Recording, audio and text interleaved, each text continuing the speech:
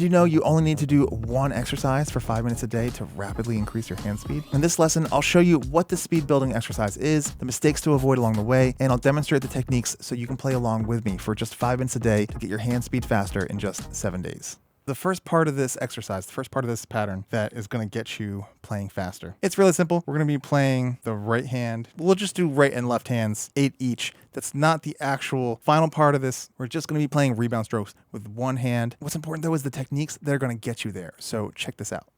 Ha! By the way, this is a play along workout video. You're going to be practicing right along with me for 5 minutes a day. Timestamps are below so you can pick the tempos that you want to practice. But what's really important is that if you want to get faster and cleaner, you need to watch the next couple minutes of technique and exercise demonstration so you understand what to look out for. If you skip the next couple minutes of this video, you're not going to get faster. If you do watch the next couple of minutes, I can guarantee this is going to work. So let's keep it moving. If I was going to play the right 8 times and 8 left times, here's how I want you to actually do it. Check it out.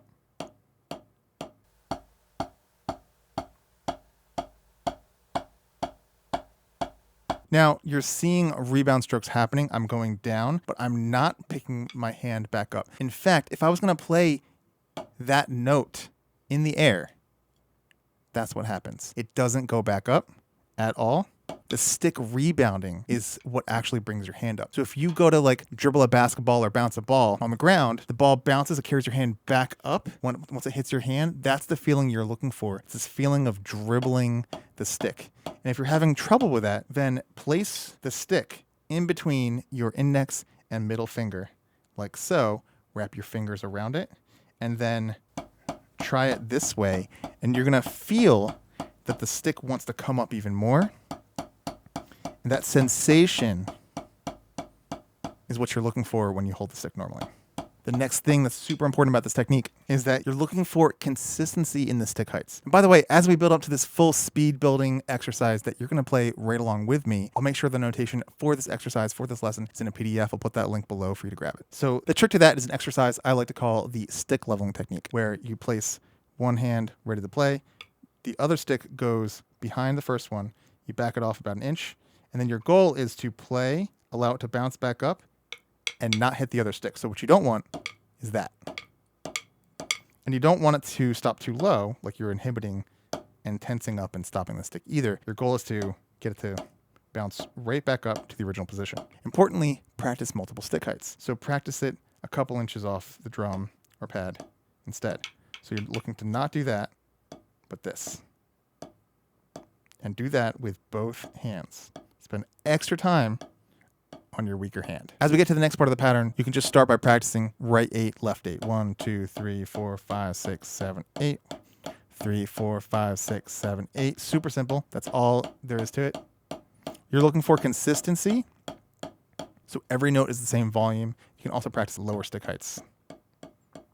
In fact, as you go faster and faster with me, you're going to get your sticks lower and lower because you don't have time to travel all the way up. It's important to do the full range of motion when you're going slow, at least at the start. Part 2 of this exercise looks like this. What we're doing here is we're playing unisons. Now, unison is when both of your hands hit at exactly the same time. What that means is there are no flames allowed here. So if you hit one hand early, like this, that's not it. In fact, what you need to practice is just getting those unisons one at a time, very slowly. What you're going to find is that it's very easy for, like one hand hits a little bit before the other, and your job is to recalibrate that so you can control the signals your brain is sending to your hands so that both hands start moving at the exact same time. They're moving down at the same speed with the exact same pathway, the same motion, so that they hit at exactly the same time. And be really patient, be really exacting with your discernment of this, right? Take the time to really measure and assess. Are both my sticks starting at the same place, the same stick height? Are they coming down at the same time? Coming down at the same speed? Or is one a little bit earlier? Then just adjust. Like, okay, like for some reason, when I think I'm going to play a unison hit, my left hand is coming down sooner. So I need to like change, recalibrate how I tell my hands to operate, like what I tell them to do when I tell them to do it. So we're not building to the full exercise yet. We're actually going to shuffle the order around, and that's important. But for now, what we're going to play is 8 with the right, 8 with the left, 8 in unison. So try that with me. 1, 2, 3, 4.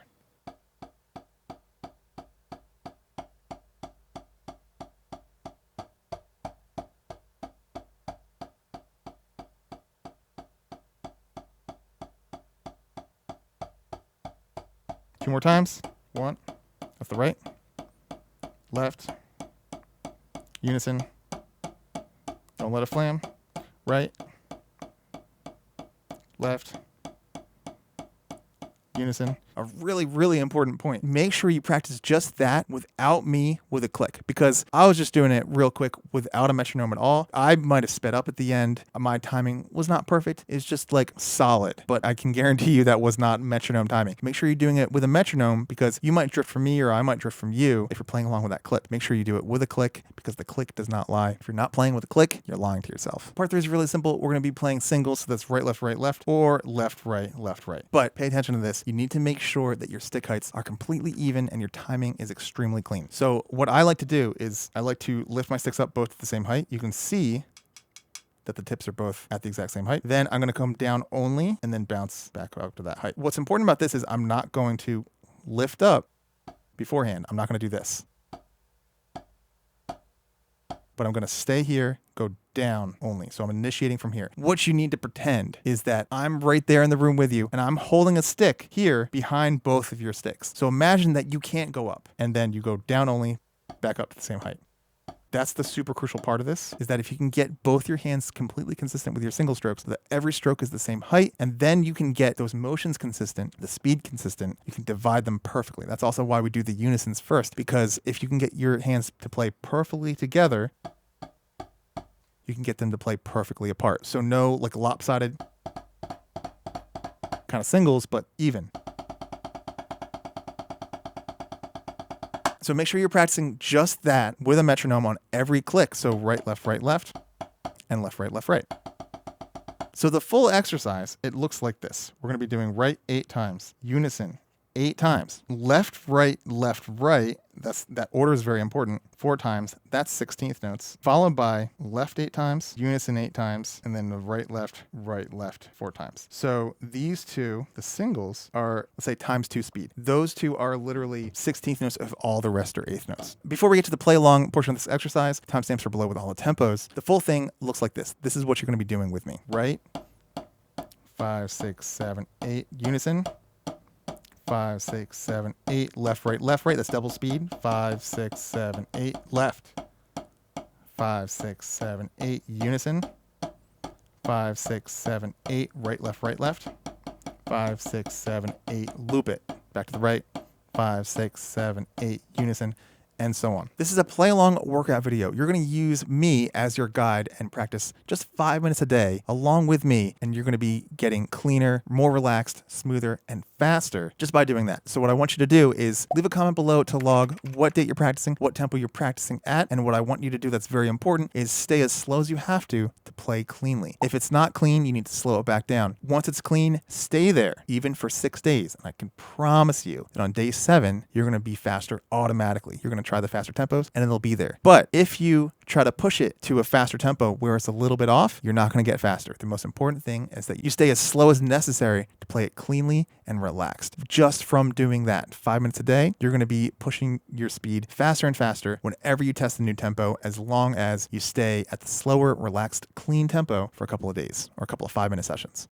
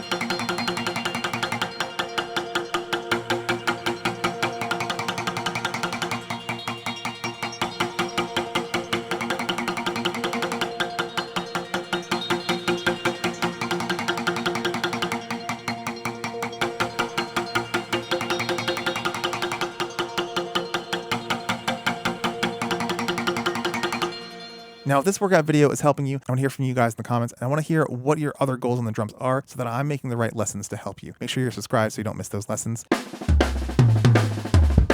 Now, if you want to get faster around the entire drum set, then you need to watch this video right here.